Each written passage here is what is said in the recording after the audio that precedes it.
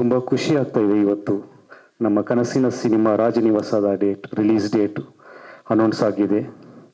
ಅದು ನಮ್ಮ ನಾರಾಯಣಗೌಡರು sir announce ಮಾಡಿದ್ದು ತುಂಬಾ ಖುಷಿ.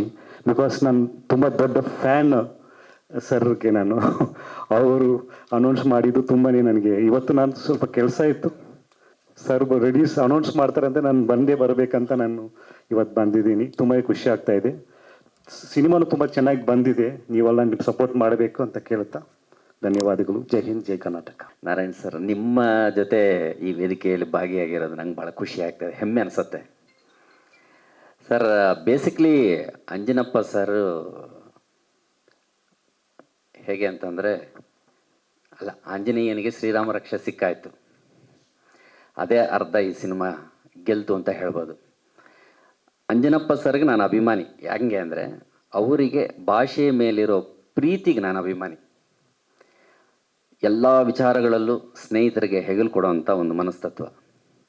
ಮಿಥುನ್ ಅವರ ಪ್ರಬುದ್ಧತೆ, ಸಿನಿಮಾದಲ್ಲಿ ತೊಡಗಿಸ್ಕೊಳ್ಳೋ ವಿಧಾನ ನಂಗೆ ಭಾಳ ಖುಷಿ ಆಗುತ್ತೆ. ಅವರು ಬರೀ ರಾಜನಿವಾಸ ಮಾತ್ರ ಅಲ್ಲ, ಅವರು 2-3 ಬೇರೆ ಕಥೆಗಳನ್ನೂ ಸಹ ನನ್ನ ಜೊತೆ ಚರ್ಚೆ ಮಾಡಿದ್ದಾರೆ. ಅವರ ಪ್ರಬುದ್ಧತೆ ಮೇಲೆ ನಂಗೆ ಭಾಳ ನಂಬಿಕೆ ಇದೆ. Execution his strength.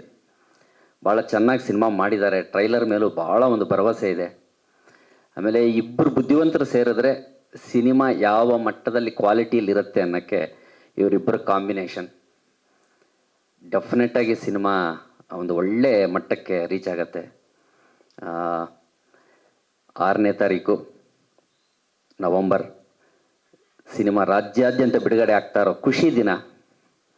ನಾನು ಇವತ್ತೇ ನಿಮಗೆ ಕಂಗ್ರ್ಯಾಟ್ಸ್ ಮಾಡ್ತೀನಿ. ನನಗೆ ಭಾಳ ಖುಷಿ ಆಗ್ತಿದೆ ಇವತ್ತಿನ ಈ ಕಾರ್ಯಕ್ರಮದಲ್ಲಿ ಭಾಗಿಯಾಗೋಕ್ಕೆ. ನಮಸ್ಕಾರ.